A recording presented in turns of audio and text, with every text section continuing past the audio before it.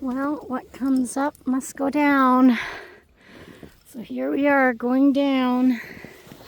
And you know, honestly, sometimes I just like get on my butt and I just like slide down like this.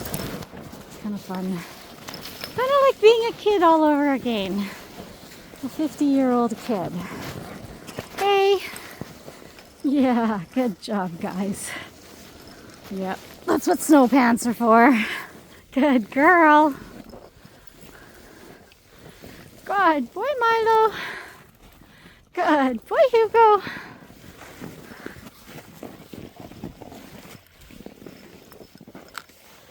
Yep, and then the trick is to get back on my 2 feet again.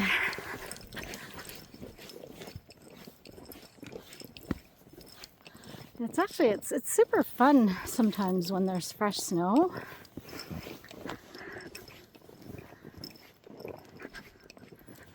Good job, guys. Yeah, guaranteed we are gonna be pooped out after this.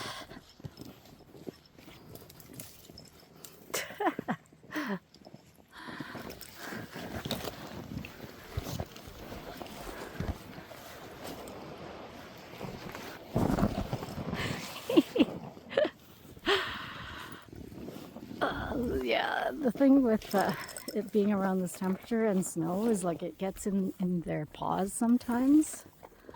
So they've all had to kind of clean out the icicles in between their paws.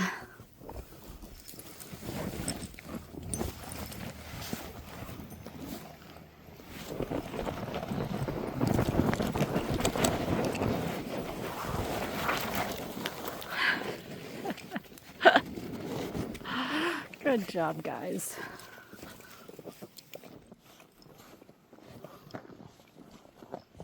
Good girl.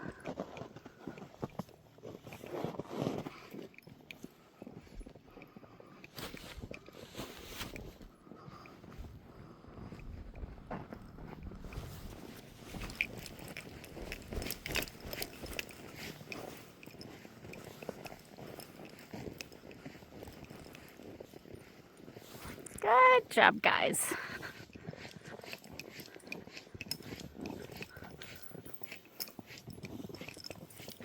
Yeah, so what started out as a little bit of a chaotic park stop turned out to be a really nice afternoon.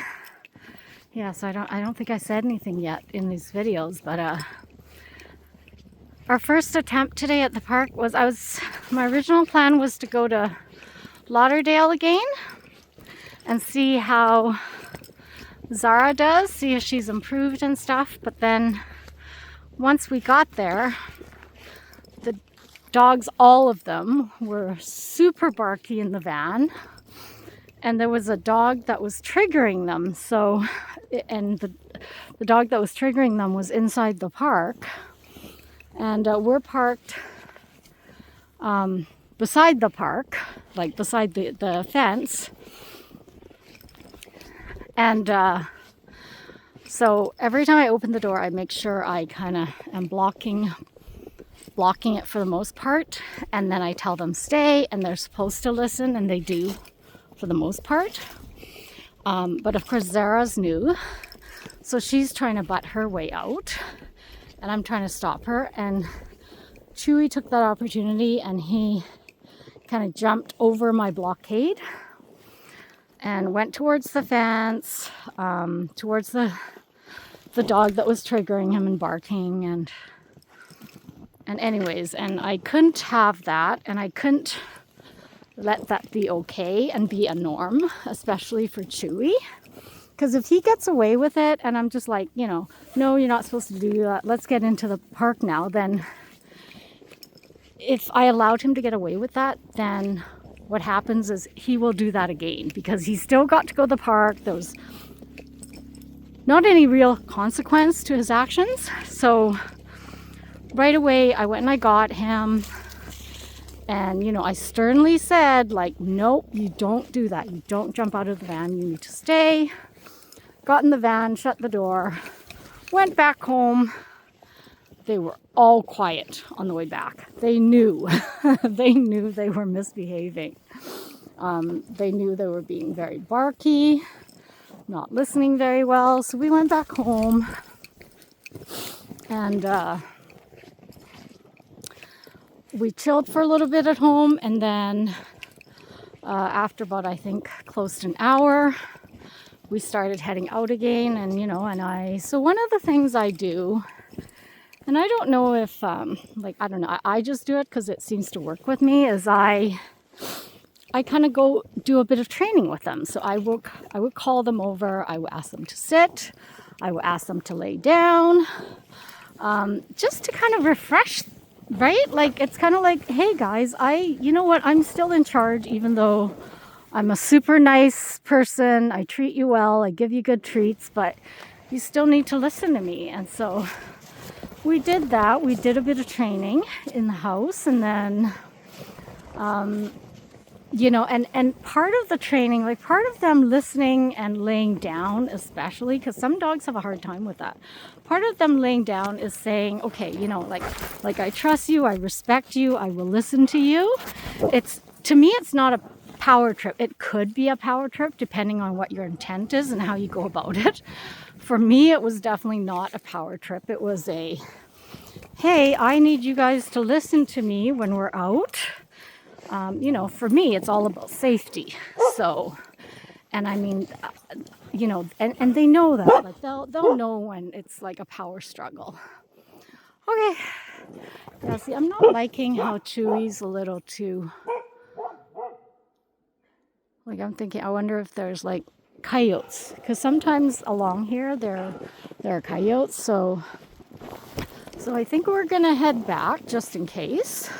I was gonna go to the boardwalk. We're very close to the boardwalk, but because he's barking kind of weird and he's acting a little too excitedly, I'm gonna head back. There's 4 of us dogs plus me, so I'm not too worried. If I had one little wee guy and I was an elderly, you know, like with a limp or something like that, I might be worried. Chewy pretty much can take care of himself. He's pretty smart. Chewy, come on, bud. But that having said, I don't want to give him too much credit. Let's go, Chewy. Good boy, buddy. Yeah, see, he's really good with responding. But yeah, so I mean, the sun is supposed to set, I think, at 7 today, which I think that's kind of crazy how fast. Like, it used to be, you know, sunsets at 4:30, 5, and now all of a sudden it's 7. Probably because I guess we sprung forward. But yeah, so we're on our way back now. Good job, guys. That was a fun walk. Yeah, so it'll take us probably another, let's see, another hour, 45 minutes to an hour. Yeah, so we'll be back definitely by 6:30. Sunset's at 7, so lots of breathing. I don't like to be out when the sun has set because definitely there's more wildlife out, especially like coyotes and things like that. Good job, good girl.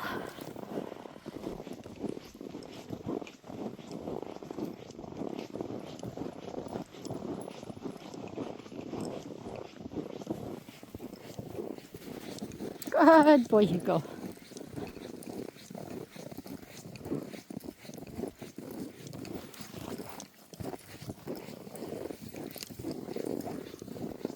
Good boy, Chewy.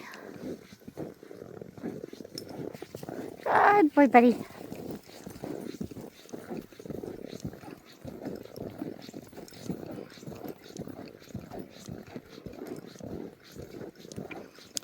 Yeah, and they're pretty smart, you know. Like they, the dogs, like they sense things for the most part.